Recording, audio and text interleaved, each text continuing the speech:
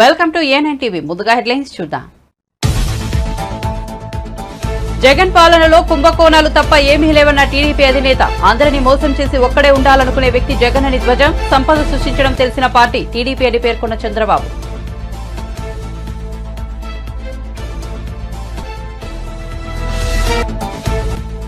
జగన్ పై దాడి కేసులో బోండా ఉమ భారీ మూల్యం చెల్లించుకోక తప్పదన్న వెల్లంపల్లి. జగన్ పై ఉమ అనుచరులు దాడి చేశారని వ్యాఖ్య. బోండా ఉమకు డిపాజిట్ కూడా రాదని వెల్లడి.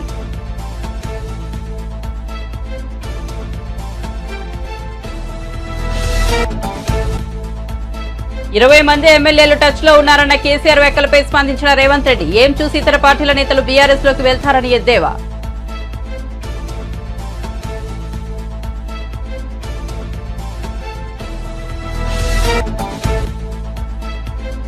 కేసీఆర్ తలపెట్టిన బస్సు యాత్రపై బీజేపీ రాజ్యసభ సభ్యుడు వ్యంగ్యాస్త్రాలు. బస్సు యాత్ర కాదు కదా మోకాల యాత్ర చేసిన కేసీఆర్ ను ప్రజలు నమ్మే పరిస్థితిలో లేరని సెటైర్.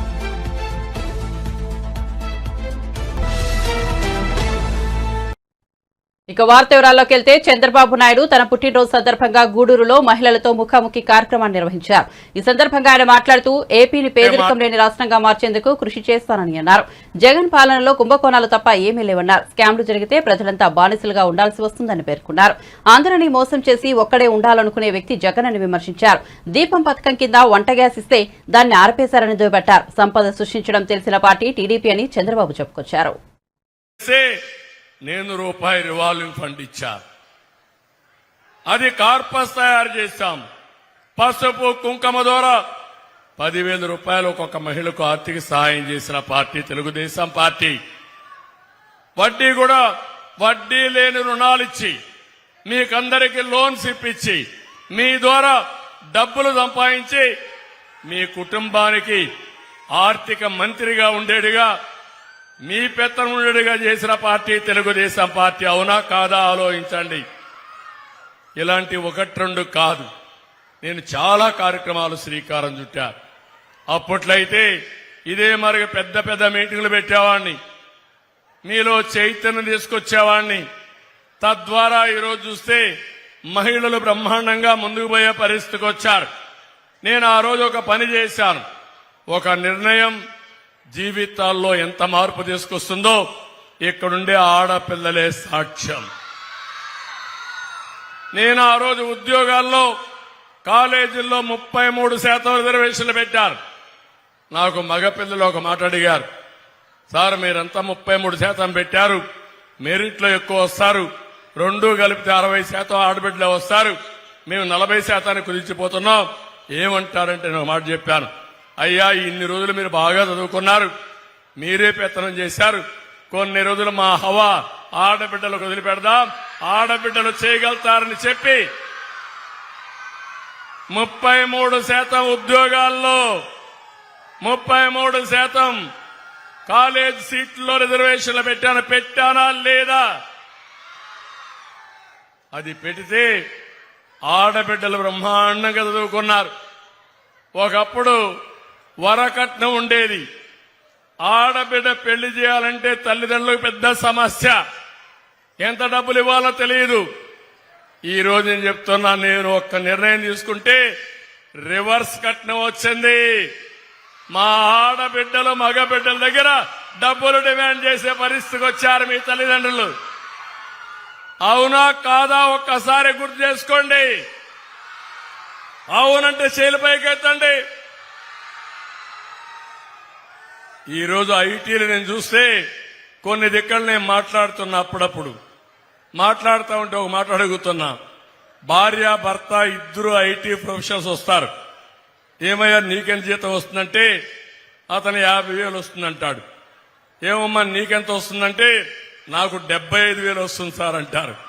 అంటే మగవాళ్ళ కంటే ఎక్కువ డబ్బులు సంపాదించే తెలివితేటలు నా ఆడబిడ్డలకు ఉన్నాయంటే అది తెలుగుదేశం పార్టీ చూపించిన చొరవ. అవునా కాదా అని అడుగుతున్నా.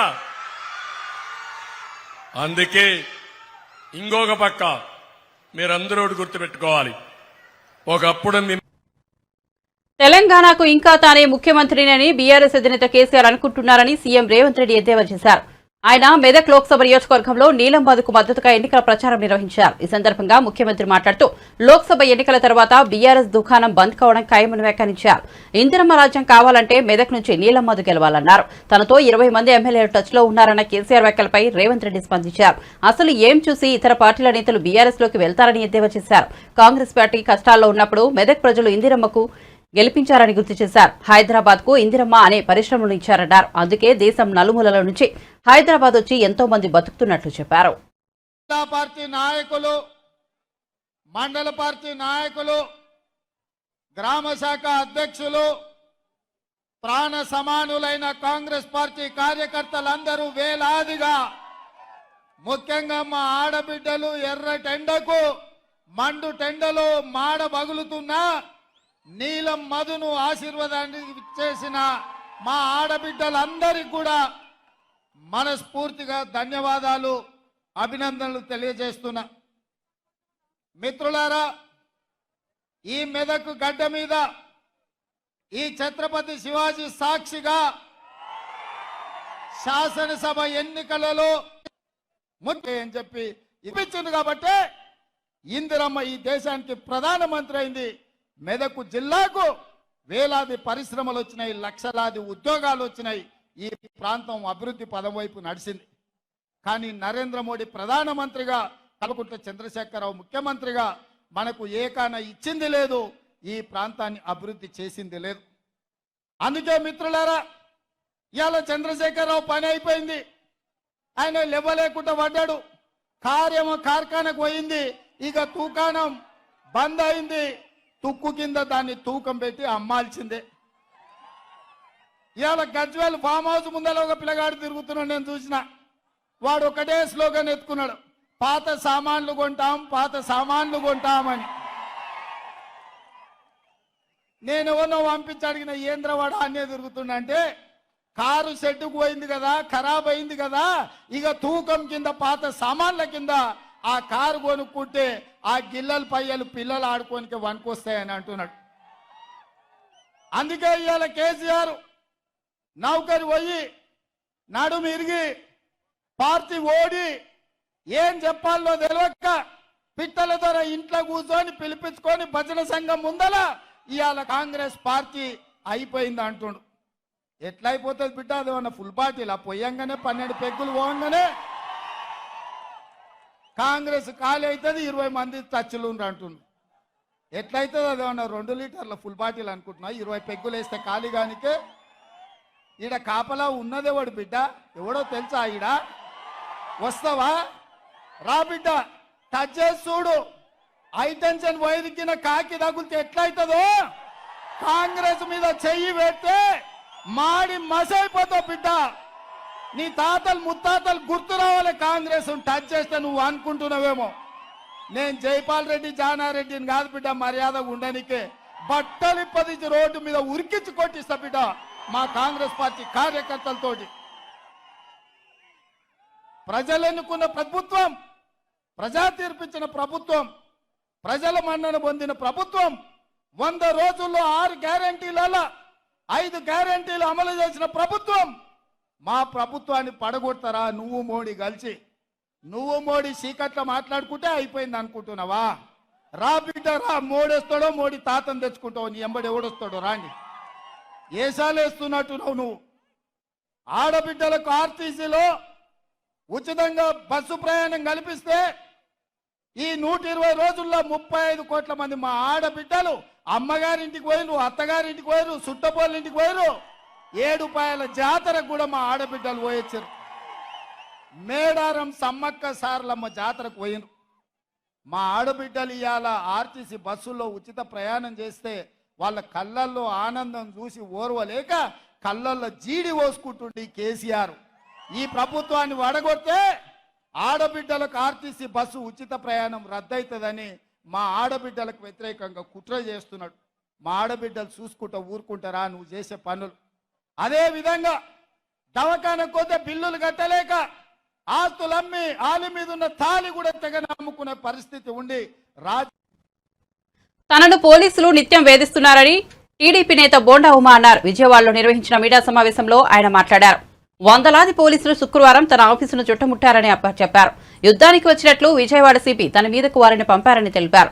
సీఎంపై గులకరాయి దాడి జరిగితే మైనర్ను తప్పుడు కేసులో ఇరికించి లోపల పెట్టారని చెప్పారు. రిమాండ్లో ఉన్న వేముల సతీష్ తల్లిదండ్రులను అక్రమంగా నిర్బంధించారని బోండా ఉమా తెలిపారు. కేసులు పెట్టి నామినేషన్ వేసినటువంటి నన్ను ఈ రోజు పోలీసులు నిత్యం వేధిస్తా ఉన్నారు. 100 మంది పోలీసులు నిన్న మా ఆఫీస్ చుట్టుముట్టారు. 2 ఏసీపీలు, 4 సిఐలు, 6 ఎస్ఐలు, కానిస్టేబుల్స్, టాస్క్ ఫోర్సు వీళ్ళందరూ కూడా ఒక యుద్ధానికి వచ్చినట్టుగా విజయవాడ సిపి మా మీదకి పంపించాడు. ఏం తప్పు చేశాం మేము రోజు ప్రజల్లో ఉన్నాం. సీఎం మీద గులకరాయి దాడి జరిగితే దానికి ఒక మైనర్ని తప్పుడు కేసులో ఇరికిచ్చి అతన్ని లోపల పెట్టారు. మళ్ళా ఈరోజు 164 స్టేట్మెంట్ అంట జడ్జి గారి ముందు వాళ్ళ కుటుంబం ఏదైతే వేముల సతీష్ రిమాండ్ లో ఉన్నాడో వాళ్ళ తల్లిదండ్రుల్ని అక్రమంగా నిర్బంధించి వాళ్ళ తల్లిదండ్రుల మేడ మీద కత్తి పెట్టి టార్చర్ చేసి 3rd డిగ్రీ ఉపయోగించి ఈరోజు మీ కొడుకు మేము చెప్పినట్టుగా 164 స్టేట్మెంట్ ఇవ్వకపోతే శాశ్వతంగా మీ కొడుకుని కోడికత్తి సీనులాగా జైల్లో ఉంచుతాము అని ఒక పోలీసు ఉన్నతాధికారులే బెదిరిస్తా ఉంటే ఇంకా ఎక్కడ రాష్ట్రంలో చట్టం అమలు అవుతా ఉంది? ప్రతి అంశాన్ని ఎలక్షన్ కమిషన్ గారి దృష్టి తీసుకెళ్తా ఉన్నాం, డీజీపీ దృష్టి తీసుకెళ్తా ఉన్నాం. మొత్తం డీజీపీ, సిపి, ఏసీపీలు అందరూ ఒక సిండికేట్ గా ఏర్పడి, ఈ పోలీస్ సిండికేట్ గా ఏర్పడి Telugudesam party nomination MLA contested క్యాండిడేట్లను వేధిస్తానికి కుట్ర పన్నారనంటే ఇంతకన్నా దుర్మార్గం ఉందా అని అడుగుతా ఉన్నా. మా సెంట్రల్ నియోజకవర్గ బీసీ నాయకుడైన వేముల దుర్గారావు, ఇతనికి రాయేసిన అతను వేముల, ఇతను కూడా వేముల, ఏ సంబంధం లేనటువంటి ఇతను తీసుకుని వెళ్ళి 6 రోజులైంది. ఎక్కడున్నాడో తెలియదు. కోర్టుకు బెటరు, రిమాండ్ చూపించరు. ఎవరో కాకినాడ నుంచి ఏసీపీ హనుమంతరావుని పిలిపించారు. రమణమూర్తి అనే ఏసీపీని గుంటూరు నుంచి పిలిపించి చిత్రహింసలు దుర్గారావుని ఒప్పుకోమని, తప్పుడు కేసు ఒప్పుకోమని ఆడవాళ్లతో సహా పోలీస్ స్టేషన్ లో పెట్టి చిత్రహింసలు పెడుతున్నారంటే అసలు ఈ రాష్ట్రంలో చట్టం అమలవుతుందా? మేము మొదటి రోజే ఎన్నికల సంఘానికి కంప్లైంట్ చేశాం, సిబిఐ ఎంక్వైరీ ఇవ్వండి. ఒక ముఖ్యమంత్రి మీద దాడి జరగటం కరెక్ట్ కాదు. అది గులకరాయి అవనండి, కంకర్రాయి అవనండి, కరెక్ట్ కాదని చెప్పి మేము ఎన్నికల సంఘానికి సిబిఐ కుమ్మని లెటర్ ఇచ్చాం. ఎందుకు ఎవరు మీరు సిబిఐ ఎంక్వైరీకి వేముల దుర్గారావుని 6 రోజుల నుంచి ఎందుకు మీరు అతను చిత్రహింసలు పెడుతున్నారు? కేసు ఒప్పుకోమని, మా పేర్లు చెప్పమని ఎందుకు మీరు చేస్తా ఉన్నారు? నువ్వు నా కోసం వడ్డేరు కూడా మొత్తం ఇబ్బందులు పెడతావా? సిపి కాంతిరాన్ టాటా ఏం చేశారా వాళ్ళు? రేపు వచ్చేది జూన్ 4వ తారీఖున మా గవర్నమెంట్. రేపు ఈ రాష్ట్రంలో గవర్నమెంట్ మారంగానే తప్పులు చేసిన మీరు ఎక్కడికి పోతారని అడుగుతా ఉన్నా.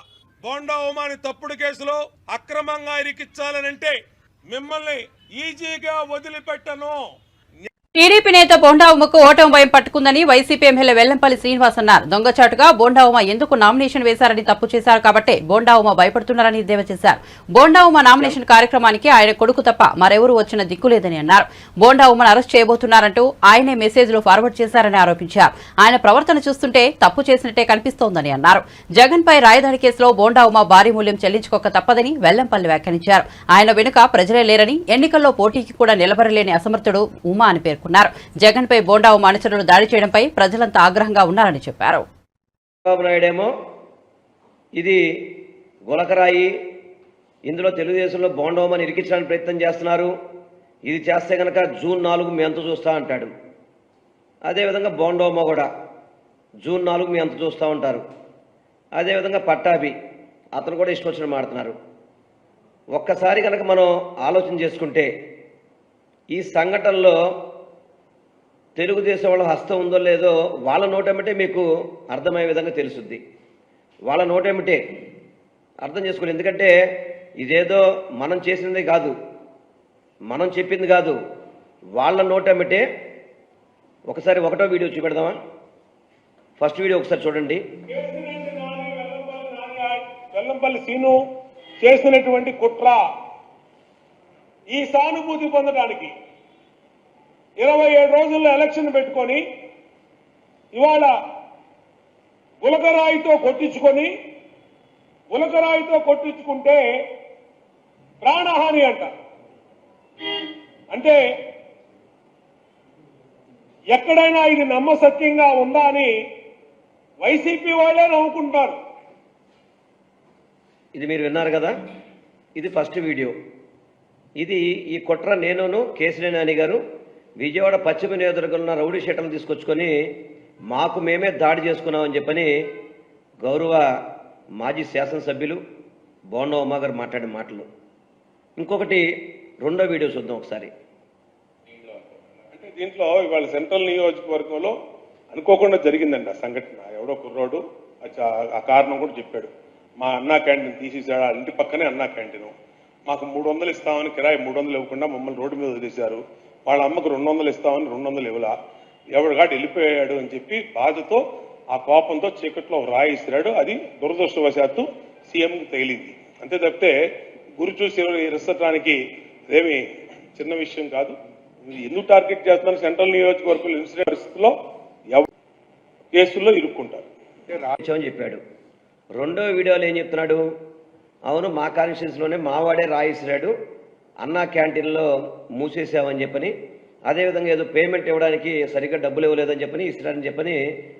ఇంతవరకు ఆ సతీష్ అనే నిందితుడు ఆ వీడియో మాట్లాడేంత వరకు కూడా పోలీసు కానీ ఎక్కడా కూడా మాట్లాడిన పరిస్థితి లేదు. వాళ్ళకి ఆ విధంగా మరి సతీష్ ఏ విధంగా వాళ్ళకి తెలియపరిచాడు? బోండోమాకి అన్నా క్యాంటీన్లే అక్కడ మూసేసాం కాబట్టి కొట్టాడని సంగతి బోండోమా ఎలా చెప్తున్నాడు దాన్ని? అంటే సతీష్తో ముందు పరిచయం ఉండాలి, లేకపోతే అదే సతీష్ని ఇతను ఇన్ఫ్లుయెన్స్ చేసి ఉండాలి. అలా 2 మాటలు పెట్టినాడు. 3వ మాట గులకరాయి అన్నాడు. 4వ మాట కాలుకు దెబ్బ తగిలితే కన్ను కట్టుకున్నాడు వెల్లంపల్లి అని చెప్పి చెప్తున్నాడు. సిగ్గు శర ఉండాలి బోండోమాకి, సిగ్గు శర ఉండాలి. ఈరోజు మీడియాలో ఇష్టం వచ్చినట్టు ఉద్రేకంగా మాడిపోతున్నాడు. నిన్ను పట్టుకోవడానికి 100 మంది పోలీసులు కావాలా? 100 మంది పోలీసులు అవసరం నిన్ను పట్టుకోవడానికి? నిన్న నీకు నువ్వే నన్ను అరెస్ట్ చేస్తారు రండి అంటే 100 మంది రాల నీ పార్టీ వాళ్ళు, 100 మంది. ఇవాళ నువ్వు ప్రెస్ మీట్ పెడితే కనీసం నీకు ఎక్స్ కార్పొరేటర్లు కానీ ఎవరు కూడా మద్దతు ఇచ్చిన పరిస్థితి లేదు. మాజీ సీఎం బీఆర్ఎస్ అధినేత కేసీఆర్ ఈ నెల 22 నుంచి తలపెట్టిన బస్సు యాత్రపై బీజేపీ రాజ్యసభ సభ్యుడు విమర్శలు వ్యంగ్యాస్త్రాలు సంధించారు. బస్సు యాత్ర కాదు కదా, మోకాల యాత్ర చేసినా కేసీఆర్ ను ప్రజలు నమ్మే పరిస్థితిలో లేరని సెటైర్ వేశారు. శనివారం బీజేపీ స్టేట్ ఆఫీసులో మాట్లాడిన ఆయన కాంగ్రెస్ ఎమ్మెల్యేలను కాపాడుకునేందుకు సీఎం రేవంత్ రెడ్డి హైటెన్షన్ వైర్లా మారాల్సిన అవసరం ఏమొచ్చిందని ప్రశ్నించారు. సొంత ఎమ్మెల్యేల పట్ల సీఎంకు అభద్రతాభావం ఎందుకని నిలదీశారు. 100 రోజుల తమ పరిపాలనను రెఫరెండరంగా చేసుకుని 14 ఎంపీ స్థానాలు గెలుస్తామన్న రేవంత్ రెడ్డి ఇప్పుడు మొసలి కన్నీరు కారుస్తున్నారని ఎద్దేవా చేశారు. కనుమరుగవుతున్న కాంగ్రెస్ పార్టీ రాష్ట్రంలోనూ గెలిచే పరిస్థితి లేదన్నారు. తెలంగాణలో బీజేపీ 12 స్థానాల్లో గెలవబోతోందని ధీమా వ్యక్తం చేశారు. ఇవాళ రేవంత్ రెడ్డి గారు ఆ మాట కట్టుబడి ఉండాలి. ఎందుకంటే 14 సీట్లు గెలిచేది లేదు, ఖచ్చితంగా ఇది రెఫరెండంగానే భావించాలి. నేను అందుకే చెప్పాను, ఇద్దరు కవల పిల్లలు. ఇవాళ రేవంత్ రెడ్డి గారు లేదా కేసీఆర్ గారు పోటీపడి పత్రికల్లో లేదా మీడియా ఈ యొక్క ఎలక్ట్రానిక్ మాధ్యమాల్లో స్పేస్ కోసం పోటీపడి ఒకరి మీద ఒకరు గ్రూప్ ఫైటింగ్, మ్యాచ్ ఫిక్సింగ్లో భాగంగా చేస్తున్న తప్పితే వాళ్ళకి తెలుసు అందరం కలిస్తే కానీ మోదీ గారిని ఎదుర్కోలేమని. ఇవాళ కాకుండా రేపు ఖచ్చితంగా కేసీఆర్ గారు ఈ విపక్ష కూటమిలో చేరడం ఖాయం. ఈ విపక్ష కూటమి అంటే అవినీతి పార్టీ నాయకులు, ఈ కుటుంబ పార్టీలు, కుల పార్టీలు, ఇవందరూ కూడా ఒక వేదికగా వాళ్ళ అవినీతి కప్పుపుచ్చుకునే దానికి ఏకమైన పార్టీలు. కాబట్టి అందులో కేసీఆర్ కూడా పెద్దన్న పాత్ర పోషిస్తారు.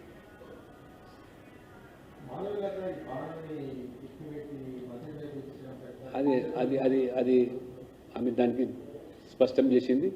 అది ఎక్కడ కూడా డెలిబరేట్గా చేయలేదు కూడా. She made it very clear. బీజేపీకి ఫర్ ఇన్ఫర్మేషన్ చెప్తున్నాను, ఇవాళ మీరు ఉత్తరప్రదేశ్ లాంటి రాష్ట్రాల్లో కూడా పస్మందా ముస్లిమ్స్ పేరు మీద ముస్లింల నుండి వెనుకబడ్డ వర్గాలు సైతం కూడా పెద్ద ఎత్తున ఇవాళ బీజేపీకి మద్దతు తెలుపుతున్నారు. బీజేపీని ఇవాళ అనుకూలంగా వారు ఓటు వేస్తూ ఉన్నారు. కాబట్టి ఇవాళ ముస్లింలు కూడా ప్రధానమంత్రి మీరు చూస్తూ ఉన్నారు స్వయంగా ఏ రకంగా ఇవాళ మైనారిటీస్, ముస్లిమ్స్, క్రిస్టియన్స్ డామినేటెడ్ స్టేట్స్లో, క్రిస్టియన్ డామినేటెడ్ స్టేట్స్లో, నార్త్ ఈస్ట్లో కూడా బీజేపీ ఇవాళ 6 రాష్ట్రాల్లో అధికారులు ఉన్నాం. ఇవాళ హైయెస్ట్ సీట్స్ కూడా ఆ నార్త్ ఈస్ట్లో బీజేపీ సాధించబోతుంది. We're in power in 6 states out of 8. Agenda ఒకటి అభివృద్ధి.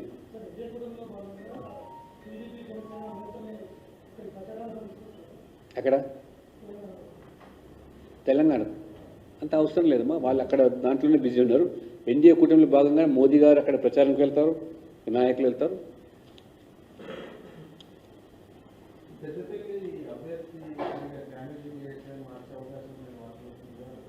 వార్తలు వస్తున్నాయి, మేము వింటున్నాం మీ మాదిరి. ఎక్కడ చర్చ అయితే మా దగ్గర జరగలేదు. ఆలోచన చర్చ ఉంటే అటువంటిది అంటే మీకు చెప్తాను తప్పకుండా. ఇవన్నీ ఒకటే కాబట్టి మరి ఇద్దరిని కూడా వేరు చేసి చూడలేము. ఆ ఇద్దరి డిఎన్ఏ కూడా కుటుంబ పాలన, వంశపారపర రాజకీయాలు, అవినీతి లేదా మైనార్టీ బుజ్జగింపే రాజకీయాలు లేదా హిందూ వ్యతిరేకమైనటువంటి మరి నిర్ణయాలతో ఈ రెండు పార్టీలు పోటీ పడి ఇవాళ కూటమిగా తెలంగాణలో కాంగ్రెస్, బీఆర్ఎస్, మజ్లిస్, కమ్యూనిస్ట్ ఏకమైన ప్రజలు. కృష్ణా జలాల విషయంలో కాంగ్రెస్ ప్రభుత్వం నిర్లక్ష్యంగా వ్యవహరిస్తున్నదని మరోమారు స్పష్టమైందని మాజీ మంత్రి సూర్యాపేట ఎమ్మెల్యే జగదీష్ రెడ్డి అన్నారు. శుక్రవారం సూర్యాపేట జిల్లా కేంద్రంలో ఆయన మీడియాతో మాట్లాడుతూ ఉమ్మడి నల్గొండ జిల్లా దాహార్తిని తీర్చడంతో పాటు ఆపత్కాలంలో విద్యుత్ అవసరాన్ని తీర్చే టెయిల్ పాండ్ నీటిని ఏపీ అడ్డదారుల్లో ఖాళీ చేస్తుంటే ముఖ్యమంత్రి సహా జిల్లా మంత్రులకు సోయి లేకుండా పోయిందని ఆగ్రహం వ్యక్తం చేశారు. ప్రభుత్వ నిర్వాహకంతో నల్గొండ జిల్లా మరోసారి ఫ్లోరైడ్ రక్కసికి బలయ్యే ప్రమాదం ఉందని ఆందోళన వ్యక్తం చేశారు. సాగునీళ్ళు ఇచ్చే విషయంలో చివరికి తాగునీళ్ల విషయంలో కూడా ఏ రకంగా సోయి లేకుండా ప్రవర్తిస్తుందో మరొకసారి దానికి ప్రత్యక్ష ఉదాహరణ నాగార్జునసాగర్ టేల్ పాండ్. గత 10 సంవత్సరాలుగా ఏ క్షణం చూసినా నిండుగా ఉండే టేల్ పాండ్ మన విద్యుత్ అవసరాలను తీర్చేది, ప్రత్యేకించి నల్లగొండ జిల్లా మొత్తానికి తాగునీటి అవసరాలను తీర్చే టేల్ పాండ్ ఇవాళ 4 రోజుల్లోనే ఖాళీ అయింది, అక్రమంగా చోరీకి గురైంది. ఆంధ్రప్రదేశ్ ఎటువంటి అనుమతులు లేకుండా, ఎటువంటి చర్చలు లేకుండా, ఎవరికి మూడో కట్టి తెలియకుండా దొంగతనంగా నీళ్లు తీసుకుపోయి ఖాళీ చేస్తే తెలంగాణ ముఖ్యమంత్రికి, తెలంగాణ మంత్రులకు, నల్గొండ జిల్లా మంత్రులకు, ఎమ్మెల్యేలకు సోయలేదు. రేపు నల్గొండ జిల్లా మరొకసారి 2014 పూర్వ పరిస్థితి పోయే ప్రమాదం వచ్చింది. ఈ జిల్లాలో వీళ్ళు ఏదైతే మేము మార్పు తెస్తారన్నారో తప్పకుండా మళ్లీ ఫ్లోరిన్ కి ఈ జిల్లాను అప్పచెప్పే ప్రమాదం తెస్తున్నారు. ఫ్లోరిన్ మహమ్మారికి ప్రజలు తప్పని పరిస్థితుల్లో మళ్లీ భూగర్భ జలాల మీద ఆధారపడితే, బోర్ల మీద ఆధారపడితే వచ్చేది ఫ్లోరోసిస్ తప్ప మనుషులు కావు. వీళ్ళు చేసిన దుర్మార్గాన్ని కేసీఆర్ గారు వెంటబడి తరిమి 6 ఏళ్లలోనే ఫ్లోరోసిస్ ని మాయం చేసేదానికి ఇవాళ మిషన్ భగీరథ ద్వారా చిట్యాల టేల్ పాండ్ నుంచే మనం నీళ్లు ఇచ్చినాం. గత 5 సంవత్సరాలుగా ఇవాళ అందులో చుక్క నీళ్లు లేని పరిస్థితి తీసుకొచ్చిండ్రు. మంత్రులకు కనీస సోయి లేదు, సాగునీళ్లు ఇవ్వలేకపోయినారు, లక్షలాది ఎకరాలను ఎండబెట్టి రైతాంగం కొట్టగొట్టిండ్రు. ఇవాళ తాగునీళ్లు కూడా ఇవ్వకుండా నల్గొండ జిల్లా గొంతులు ఎండే పరిస్థితి తీసుకొచ్చిండ్రు, గొంతులు ఎండబెట్టే పరిస్థితి తీసుకొచ్చిండ్రు. ఇంత మించిన దుర్మార్గం ఇంకొకటి లేదు. ఒక ప్రభుత్వం అనేది ఇంత సోయి లేకుండా, ఇంత నిర్లక్ష్యంగా ఉండడం అనేది ఒక సిగ్గుచేటు. గతంలో సమైక్యాంధ్ర ప్రభుత్వాలు కూడా ఇంత దరిద్రంగా లేకుండే, కానీ వాళ్ళ వచ్చిన ఆ సమైక్యాంధ్ర నాయకుల తొత్తు ప్రభుత్వం ఇది.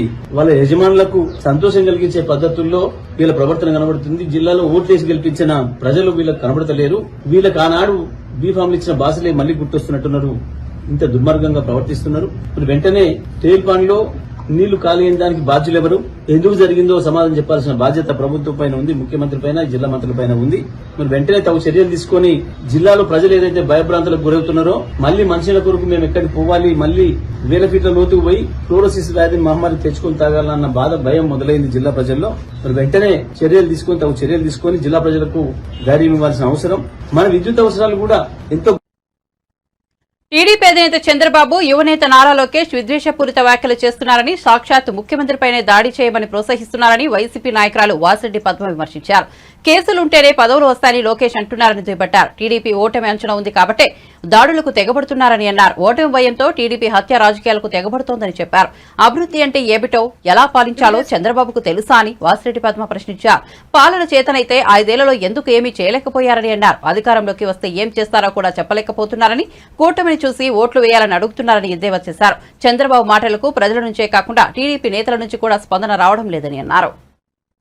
బైకుతో గుద్ది చంపేసినటువంటి ఘటన నిన్న జరిగింది. ఆయన బ్రెయిన్ డెడ్ అయి చివరికి ఆసుపత్రిలో మృతి చెందారు. ఒంగోలు, చిత్తూరు, అన్నమయ్య జిల్లా, అరకు నిన్న జరిగినటువంటి వీళ్ళ తెలుగుదేశం పార్టీ రౌడీయిజం సంఘటనలు, ఎక్కడికక్కడ వైసీపీ నాయకులపైన, సానుభూతి పరులపైన చేస్తున్నటువంటి దాడులు చూస్తుంటే ఏ రకమైనటువంటి ఎజెండాతో వీళ్ళు వెళ్తున్నారనేటటువంటి అర్థమవుతోంది. ఏకంగా చంద్రబాబు నాయుడు గారు పబ్లిక్ మీటింగుల్లో ముఖ్యమంత్రి గారి పైన రాళ్లతో కొట్టండి, దున్నపోతు అనేటటువంటి మాటలు ఉపయోగించడం ఒక విద్వేషపూరితంగా. ఓ పక్కన లోకేష్, మరో పక్కన చంద్రబాబు ఇద్దరు కూడా ముఖ్యమంత్రి గారి మీద ఒక దాడికి పురుకొల్పెట్టేటువంటి విధంగా ప్రసంగాలు చేస్తా ఉన్నారు, రెచ్చగొడుతా ఉన్నారు కార్యకర్తలని, వాళ్ళకి సంబంధించినటువంటి శ్రేణులని. అంతకు ముందే లోకేష్ చాలా స్వయంగా చెప్పాడు, మీ మీద ఎన్ని కేసులుంటే మీకు అంత ప్రమోషన్లు, మీకు అన్ని పదవులు అనేటటువంటిది. ఈ నేపథ్యంలో ఇవాళ జరుగుతున్నటువంటి దాడులను చూస్తే ఉద్దేశపూర్వకంగా ఒక భయోత్పాతం సృష్టించాలి అనేటటువంటి దానితోటి ఇవాళ వైసీపీకి సంబంధించినటువంటి బ్రహ్మరథం పడుతున్నటువంటి సందర్భంలో ఈ ప్రభుత్వానికి, ముఖ్యమంత్రి గారికి, జగన్మోహన్ రెడ్డి గారికి ప్రజలు బ్రహ్మరథం పడుతున్నటువంటి సందర్భంలో వైసీపీ నాయకులని దాడులు చేసి, హత్యా ప్రయత్నాలు చేసి నిలువరించాలి అనేటటువంటి ఒక దురుద్దేశం ఈ రోజున తెలుగుదేశం పార్టీ కార్యక్రమాలలో కనపడుతూ ఉంది. చాలా స్పష్టంగా ఇవాళ ఎవరైతే గెలవలేమనుకుంటారో, ఎవరైతే ఓటమి అంచున ఉన్నామని స్పష్టత వచ్చిందో వాళ్లే ఇట్లాంటి పిరికి పందల చర్యలకి పాల్పడతారు. దాడులకి పాల్పడుతున్నారు అంటే వాళ్ళు పారిపోతున్నారని అర్థం. ఇవాళ యుద్ధరంగం నుంచి సిద్ధమంటూ ఇవాళ వైసీపీ శ్రేణులు జగన్మోహన్ రెడ్డి గారి నాయకత్వంలో సిద్ధమంటూ తరలి వస్తుంటే, వేలాది లక్షలాది కోట్లాది జన సమూహాలు కదిలి వస్తూ ఉంటే, వీళ్ళు ఒక పక్కన కూటమి కట్టినా కూడా శక్తి సరిపోక, ఎదురు నిలబడలేక పారిపోతూ చివరికి రాళ్లు రువ్వడం, మరణాయుధాలు.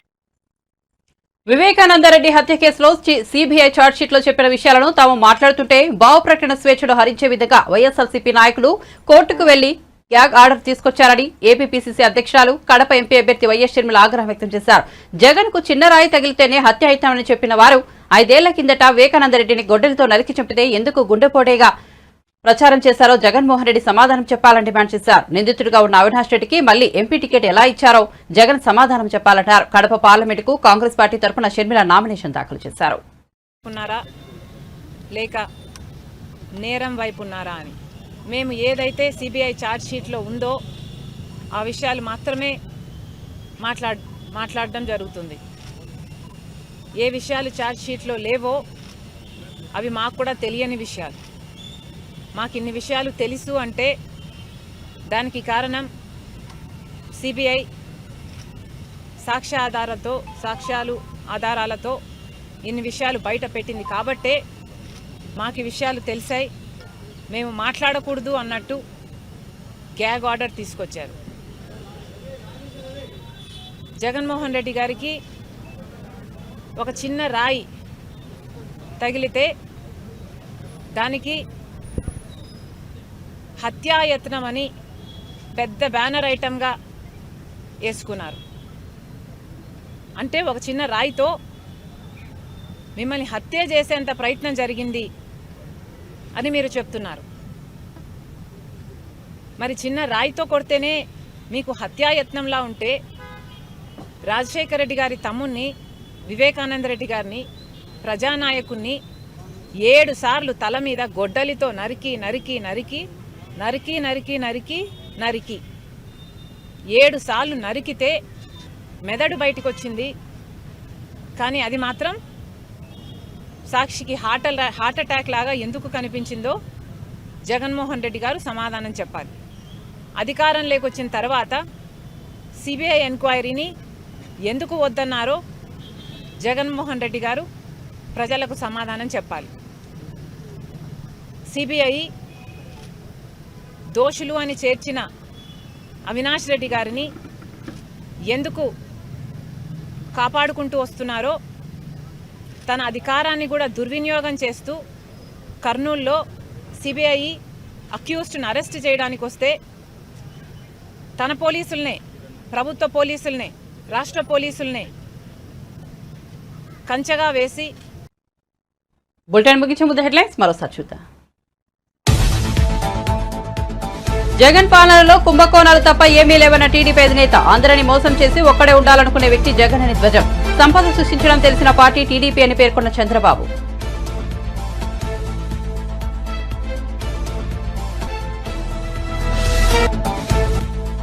జగన్ పై దాడి కేసులో బోండా ఉమ భారీ మూల్యం చెల్లించుకోక తప్పదన్న వెల్లంపల్లి. జగన్ పై ఉమ అనుచరులు దాడి చేశారని వ్యాఖ్య. బోండా ఉమకు డిపాజిట్ కూడా రాదని వెల్లడి.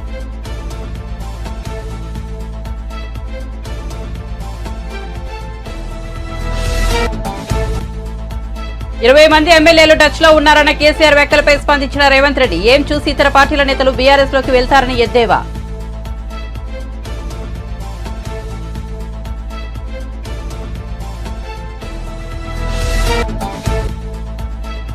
కేసీఆర్ తలపెట్టిన బస్సు యాత్రపై బీజేపీ రాజ్యసభ సభ్యుడు వ్యంగ్యాస్త్రాలు. బస్సు యాత్ర కాదు కదా, మోకాల యాత్ర చేసిన కేసీఆర్ ను ప్రజలు నమ్మే పరిస్థితిలో లేరని సెటైర్.